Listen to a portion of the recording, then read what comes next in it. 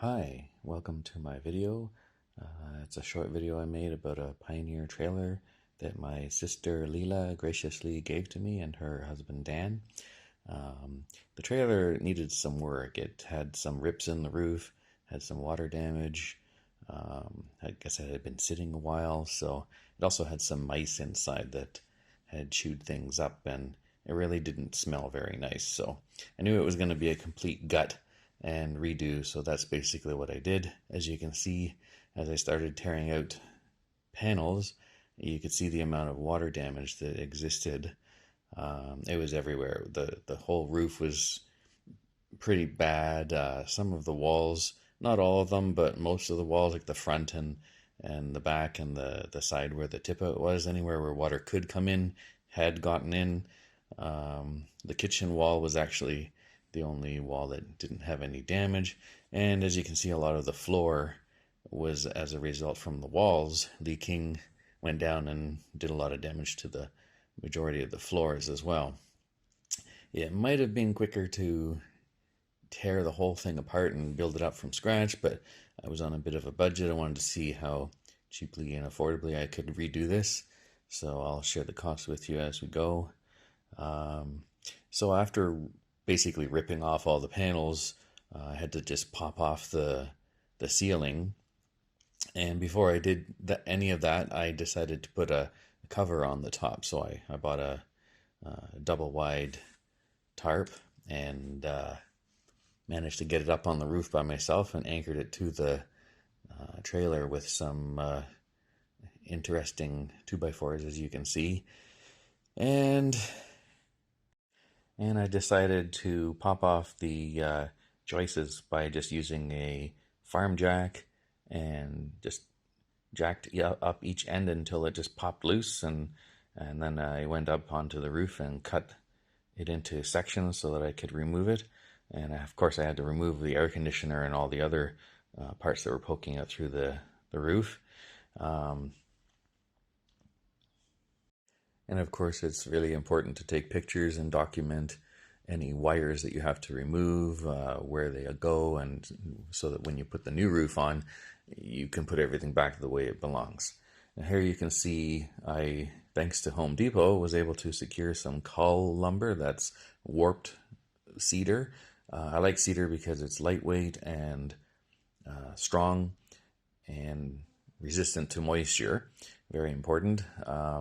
You can get cull lumber, less than half price, and I believe I only paid less than $500 Canadian for this pile of wood. And as you'll see, I was able to use only this pile of wood for all of the framing and the roof trusses.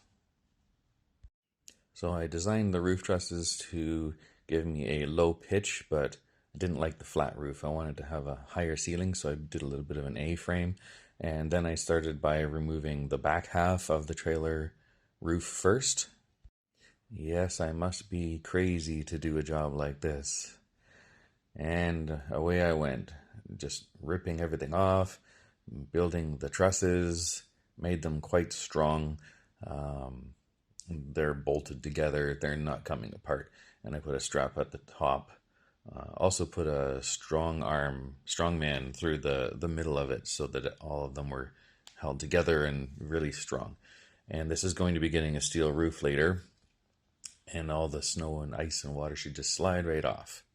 And I'm trying to reduce the amount of penetrations through the roof, so I'm only going to have the one for the air conditioner. Everything else has been shifted to either out through the soffit, in the case of the heat vent for the three-way refrigerator, and out the back for the stink pipes. So after the trusses are on, I strapped it and put some house wrap over top of it. This is just a backup in case any moisture condenses on the steel roof. It'll just slide down the house wrap. And I've also, as you can see, got some soffit and fascia, just simple metal, and I had some rain gutters hanging around that were perforated aluminum, so they work great as a soffit. And eventually I decided to remove the awning. It had a bunch of rips and everything on it, and it was just getting in the way, so it just came down. And it's important to protect your siding, so I built a little wooden offset off for the ladder so that it would, allow me to get up to the roof and not put a big damage on the roof. And when working with metal, obviously it's very sharp, so be careful. I did get a nice cut in my thumb. Now, the interesting thing about the metal as well was I was able to get a scratch and dent, so to speak, discount from one of the roofing suppliers. So you can save more than half of the price. Actually, the trim was probably as expensive as the entire amount of the metal roofing because you have to pay full price for the trim. But all in all, it was definitely under $1,000 for the metal parts of the roof. I believe the white material was about $500 all in, and the other metals and the green metal that you see on the corners, the triangles, I had, but if you had to buy it, it would, get up there as well. But it shouldn't cost you any more than $1,000 if you're like me and you like to shop around. So the air conditioner was a little bit of a challenge. I had to basically make a box for it to sit. I had to make sure that the water was going to be deflected around that box. So as it's coming down, there's diversions that moves the water around it. Just make sure that the water flows onto the next piece and doesn't ever have a chance to go inside. As long as you start from the bottom, work your way up, you should have everything overlapping so the water always has a path away from the inside. And after I moved the air conditioner, I was able to proceed with the front half. So again, pop off all of the trusses, and I had put, as you can see, like a board all the way across the top because the old board was very small and not very substantial. I also wanted to raise it up a little bit so that I had some clearance because I would be leaving an overhang. You'll also notice that I put the metal HVAC air venting inside as I went along. It's very difficult to get the 5-foot long pieces of metal inside the trusses afterwards, so I just basically put them together and slid them in as I was building so that they were there, and then afterwards I was able to connect them all. And switching from a flat roof to this kind of roof really wasn't that difficult. Just bending the metal upwards, putting your framing to it, and making sure that, again, that the water is always going to hit the outside and come down over top of whatever's down below. So you can see from the pictures that no water can get in there. Listen to the rain. Just came pouring in. I had to close all the windows quick. The rain coming down outside the windows. Whew, I got soaking wet. And of course, what do you do with all that garbage that you're left with? All those wood panels. Have a nice big bonfire. I was able to burn most of it. I had to take a few dump trips to get rid of some of the non-burnable things. And with the help of my sister and brother-in-law, we were able to get that big overhang that I had on top down. And then I was able to proceed with the interior now that it was completely waterproofed on the outside. And as you can see from the walls, a good majority of them had to be panels removed. You can see that the mice had gotten into the floors and chewed through a lot of the insulation, so I had to clean and remove all that. I took away the completely rotted boards and put new ones in.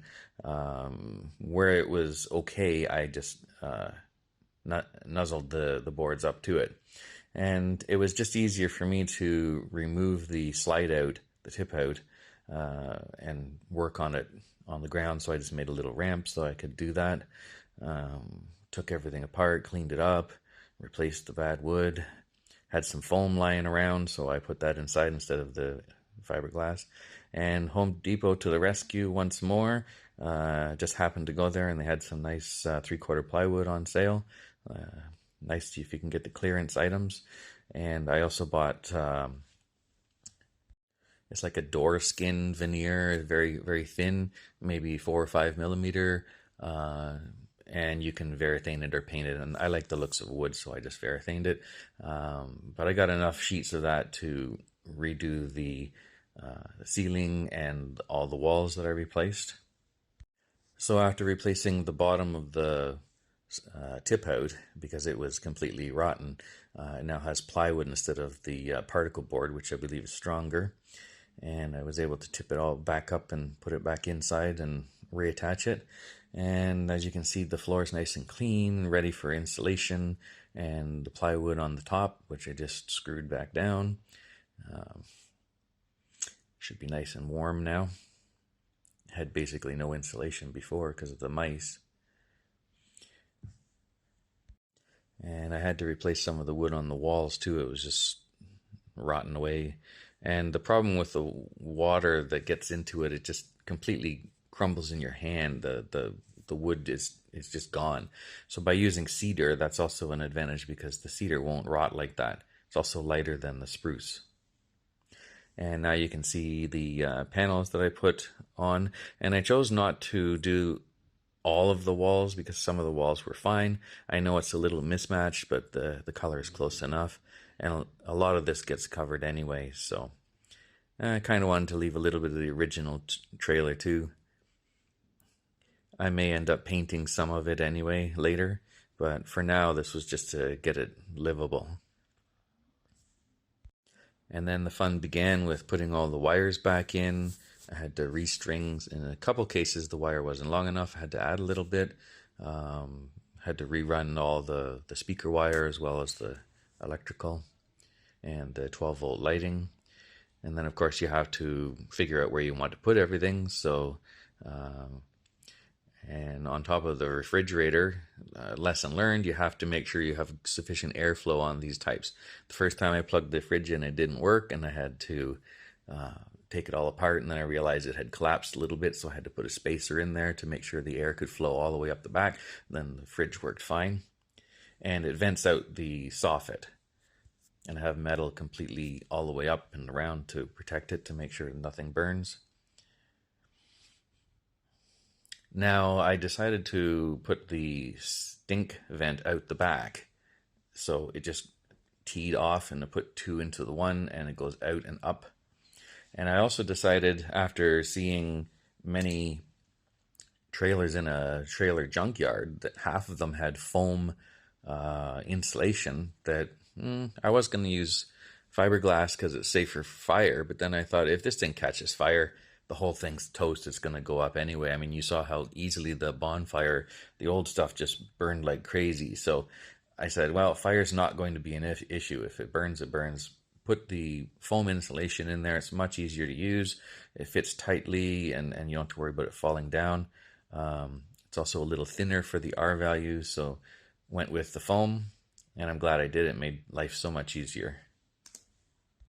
And you can see I've started to put the thin paneling on the ceiling, and trickiest part's just getting the lights to poke through as you're doing it as a one-man job. And I chose to use stainless steel screws that are exposed, and I didn't glue these because in the future, if I ever need to get inside there, it'll be so much easier to just unscrew some screws, pull it down, do the work, put it back up, screw it back in.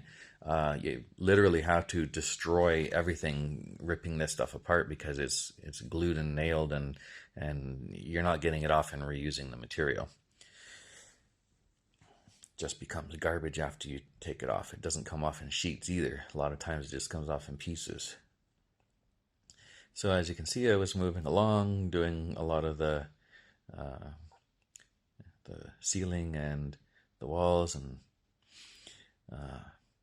I'm going to put like a varathane coating on this, as I said before, because I like the looks of the wood. And here you can see it's a little shinier now. That's after you put a coat of varathane on it. After it's varathaned, I proceeded to put all the lights and vent covers and things like and the speakers back in, just so I could test everything as I went along. I wanted to make sure everything was working before I got too far into it. And have you ever seen a trailer with a chandelier? I was able to repurpose a chandelier I got from a customer doing renovation work. It runs on 120 volt though, so that's only going to be used if you're plugged in or running off.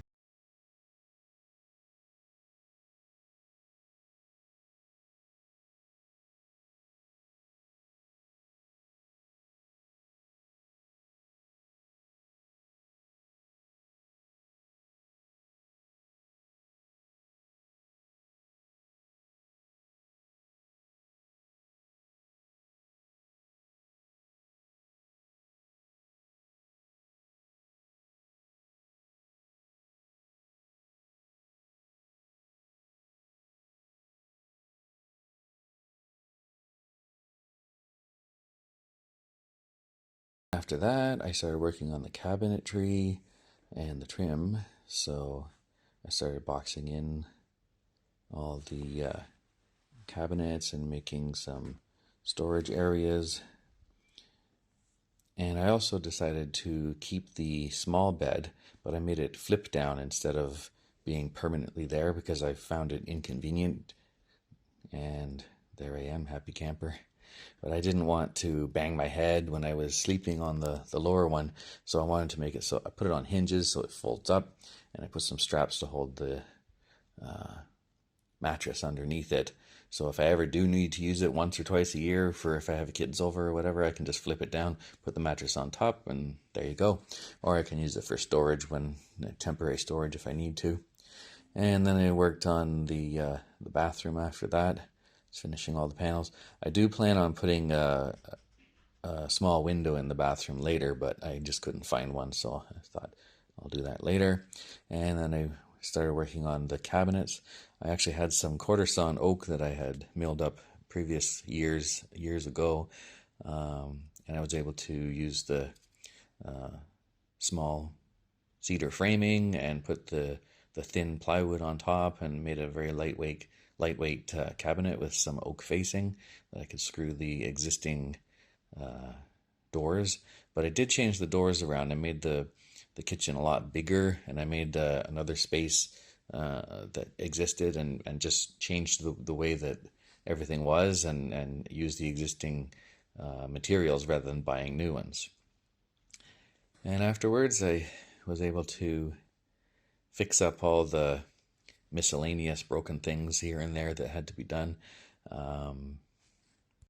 Changed the front cabinet that mounts the radio, made it a little more interesting, a little better use of the space.